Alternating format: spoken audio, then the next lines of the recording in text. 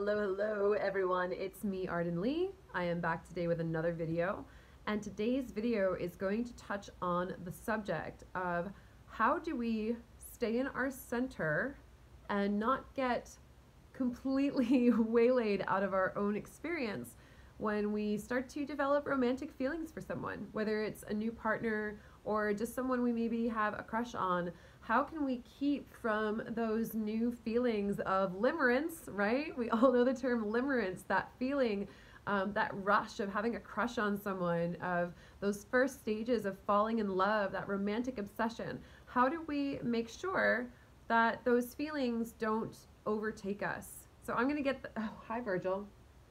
Virgil is allowing his feelings of limerance for me to overtake him today and interrupt my video. That's okay because they're mutual. So, all right, before I get into that, of course, as always, I would love to invite you to subscribe to my channel and or like my page, depending on what platform you're watching this video from. And if you're not yet familiar with me and my work, my name is Arden Lee, and this is Virgil. He's my assistant. And I am the creator of the Repatterning Project, which is an 8-week course where we hack our beliefs and we examine all of our patterns to see what is working for us and what is not working for us. We trace it back to the source so we can choose to create new habits, new patterns from that place of sovereignty, from that place of creative freedom, so that we can remove the obstacles, all the stuck energies that are in between where we are now and where we want to be in our lives, the place that we want to take our lives, and in order to achieve all our goals and that dream life that we have in mind for ourselves. So if that sounds like something that is your jam, that you're interested in, do check out the description box where I have a link to a free PDF guide about the Repatterning Project. I also have a link to the Facebook group, the Repatterning Parlor, which is a free group that I moderate full of like-minded individuals. As you know, if you are going on a personal journey of healing and personal development and personal growth, you are going to want lots of people around you to support you who share those same beliefs that you do, in order to be that good influence on you, so that you can also rise to the top just like everyone else around you is doing. So so do come check us out and come say hi. Let me know where you found us. All right, so let's talk about this idea of we meet someone, there's chemistry, maybe we're dating them, maybe we're just trying to sort of figure out how we could possibly put ourselves in their path so that they might want to date us in the near future. Either way, this is something that can really be distracting, right? This is something that can really take us over, and these feelings of our romantic hopes can start to turn into an obsession. And a lot of people will advise you to, you know, remember the fact that you don't actually know this person yet. It's just a fantasy. Your mind is filling in the optimal details possible based on the thin slices of information that you know about the person, and to remember to be realistic, right? You know, like if you, it's sort of like sometimes when someone actually has fewer photos on their dating profile, we find them more attractive because our imaginations will fill in the blanks, as opposed to someone has, you know, maybe like 10 photos, but there's 1 or 2 photos where they don't look as attractive, and we always kind of assume that someone looks only as attractive as their, you know, as our least favorite photo of them, right? So sometimes it's like the less information we know about someone, the more our minds make up stuff to fill in the blanks. And of course, our minds are going to make up the things that we want to be true, that's going to make this person out to be this amazing, life-changing potential partner that's going to come along and just, their presence is just going to solve all of our problems for us, right? Because if we just had that amazing relationship, then everything would be great, right? And it is important, of course, to remember that, you know, that we want to go into these interactions with discernment, with certainly, you know, we're allowed to hold on to like, oh, like, let's see where this goes. This could be cool. You know, maybe I'll be pleasantly surprised. whatever, and leaving that room for, okay, I understand I'm going to be realistic. I don't really know this person yet. I don't really know if they're everything that I think they might be cracked up to be. So, let's see how it goes and let's be sane.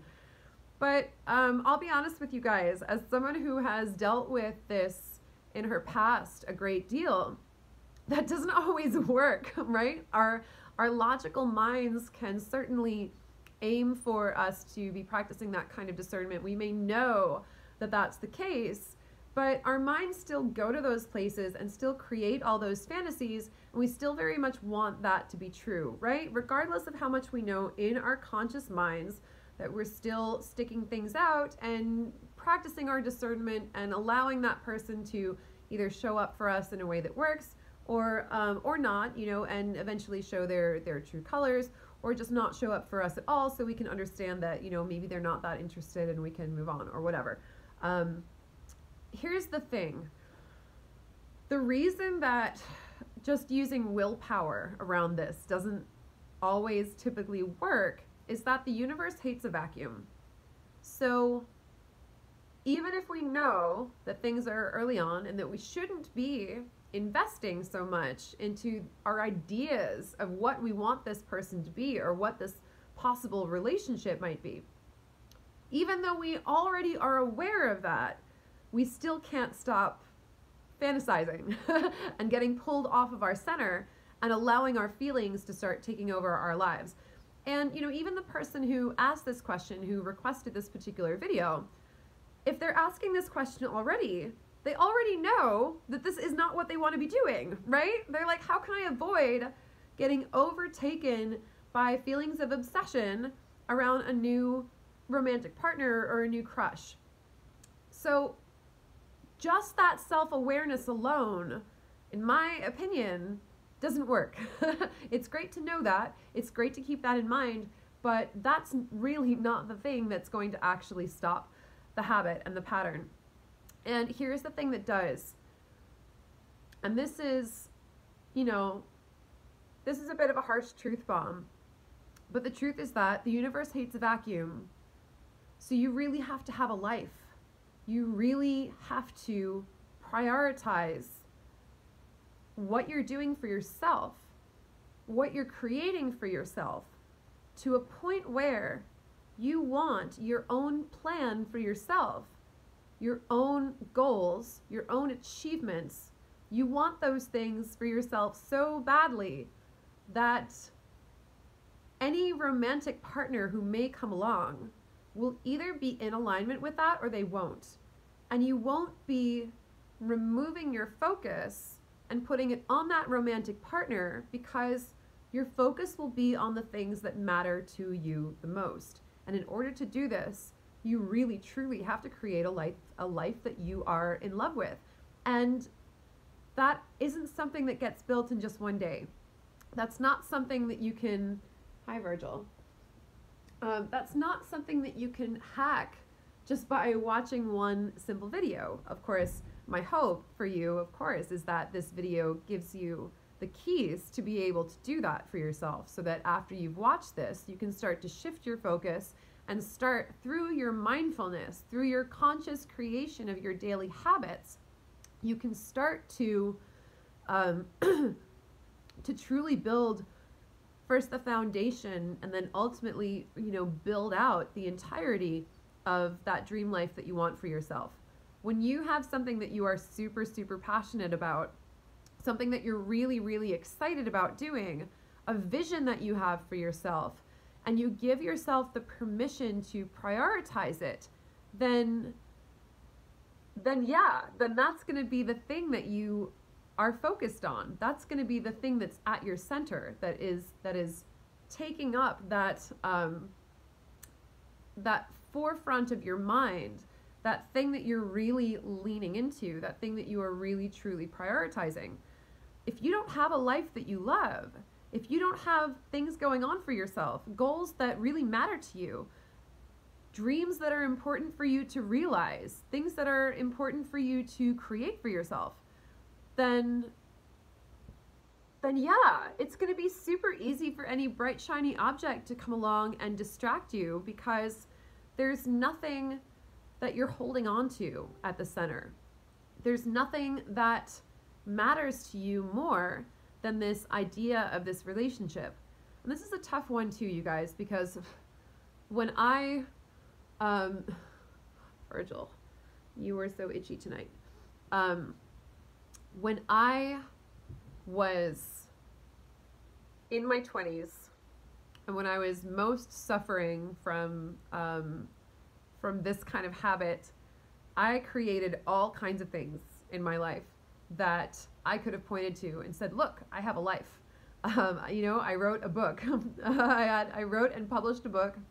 Of course, it was about seduction. It was about dating, so that should have told you something. And, you know, I had a band. I was taking parkour classes. I started taking Krav Maga classes. I had a circle of friends. I had things that I was doing. But if I'm to be really, really honest with myself, I was doing those things so that I could be more attractive. They weren't the number one goal in my mind. Creating, you know, a band, making an album at that time in my life was a thing that I did so I could be more attractive, so I could be more appealing, because my core wound was about lacking that romantic relationship. It was about lacking that sense of chosenness, that sense of protection, that sense of safety that I felt that a partner could bring me, that sense of validation, that sense of approval, that, you know, everything, whatever. So I'm sure that if someone had said to me, Arden, you have to have a life first, or else of course you're going to get obsessed with any crush who comes along your way, I would have said, screw you, look at me, I have a life. Like, I wrote a book, I have a band, I'm making albums, I take parkour classes, I do all this stuff, right? But the truth is, if I'm really honest with myself about that, I was doing all of those things because I was doing them on paper, so I wouldn't look like that person who didn't have a life and was always getting distracted by crushes, even though I was getting distracted by crushes. I didn't want to look like that because I knew that wasn't attractive. And all the literature that was out there, if I was to read any books about relationships or dating, all of it was like, you should have a really full life. So I was like, okay, got my full life now, ready for my partner. Oh, there's a new attractive person, you know, and anything could pull me out of that. Even when I was at a parkour class, I might be fantasizing about, like, wow, if so-and-so could see me, like, I look so great right now. Look how cool I am. Like, I'm working out, or like, I'm so fit. I'm so whatever. It was all designed for other people's approval. So you really have to start asking yourself, why am I on this planet? What do I want to accomplish? What are the things that I want to get done while I'm here? What are the things that are really super important to me? What are those things? You know, what are my real long-term goals? What are the things that I will not compromise on? And the amazing part for me is that when I really started prioritizing, first of all, my own life, my own financial stability, my own mark on the world, my own creative freedom, my own, creating music not from a place of like, I want to be cool, I want to fit in, but actually creating the music that I wanted to see in the world, putting messages out there that I wanted to see in the world, creating the kind of things that really brought me joy rather than just blended in and looked cool. First of all, my music vastly improved when I started taking myself seriously as an artist rather than just doing it to look hot or gain approval from people. And secondly, it got to this point where, you know, instead of playing out scenarios about crushes all the time, my focus is now put on how important it is to me to make the next album, how important it is for me to put together my course, to teach my course, to sell my course, to market my course so that it reaches the people that it needs to reach. That thing that I'm so obsessed with now is my impact on the world. And it feels better because it's ultimately about me and I'm in control of it. It's not some sort of obsession over whether someone likes me or not. And I know that the more I become more of myself and the more I put more of my focus on the impact that I'm having in the world and on the things that I'm creating for myself and on creating a life that I really love, of course, I'm going to attract that partner who is in alignment with all of the things that I'm doing anyway. But at the end of the day, the universe hates a vacuum. So if you have a life that is just a bunch of decor that you've put up to look bright and shiny for that person who comes along, then yeah, of course you're going to get distracted. Of course you're going to get pulled off center. Of course things like your projects aren't going to mean as much to you because they're going to feel like flimsy. They're going to feel like a house of cards, you know, even if you're quite talented, even if you're creating works that are objectively really good, you know, keep in mind, my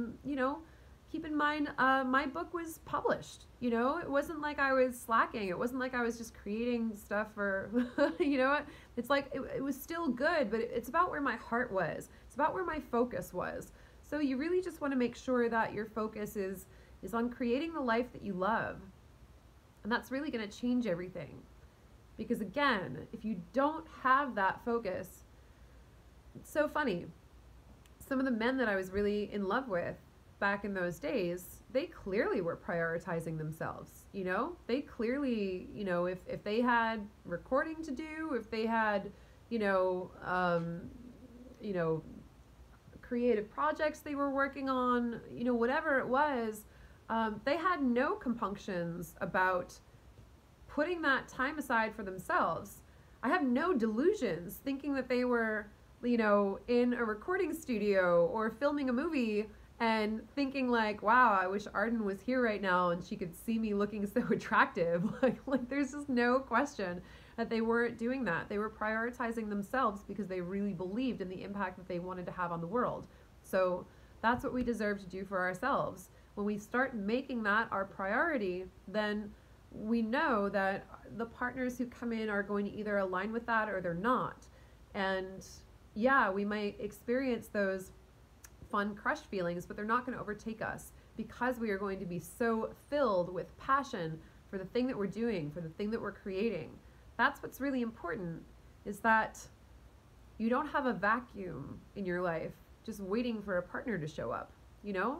That you're really creating from that place of sovereignty and creating those things that where you get to a point where the flow and the inspiration and the passion that you feel working on one of your projects supersedes the passion that you might have toward one of your crushes. That might be hard to picture if you're anywhere near where I was however many years ago, but it is possible. I'm certainly living proof of that. So yeah, I get crushes nowadays and yeah, like I feel that and I feel myself start to think about whatever, but it never gets to a point where it's unhealthy for me because I see my results, because I see what I'm dedicated to. And if there was someone who was like, hey, do you want to hang out on, you know, a weekend that I already had stuff to do that was for me to further my own life, I know I would be very confident in saying, oh no, I'm not available then, you know, I'd love to hang out at a different time instead. So that's a good little litmus test. And you're not just doing that to look cool or look unavailable, you know, you're doing that really genuinely for yourself. You're not thinking in those terms. So make sure that you don't have a vacuum where the center of your life is, and it's going to be so much easier for you to remain in your center. Thank you guys. Hope this was helpful. I will see you next time.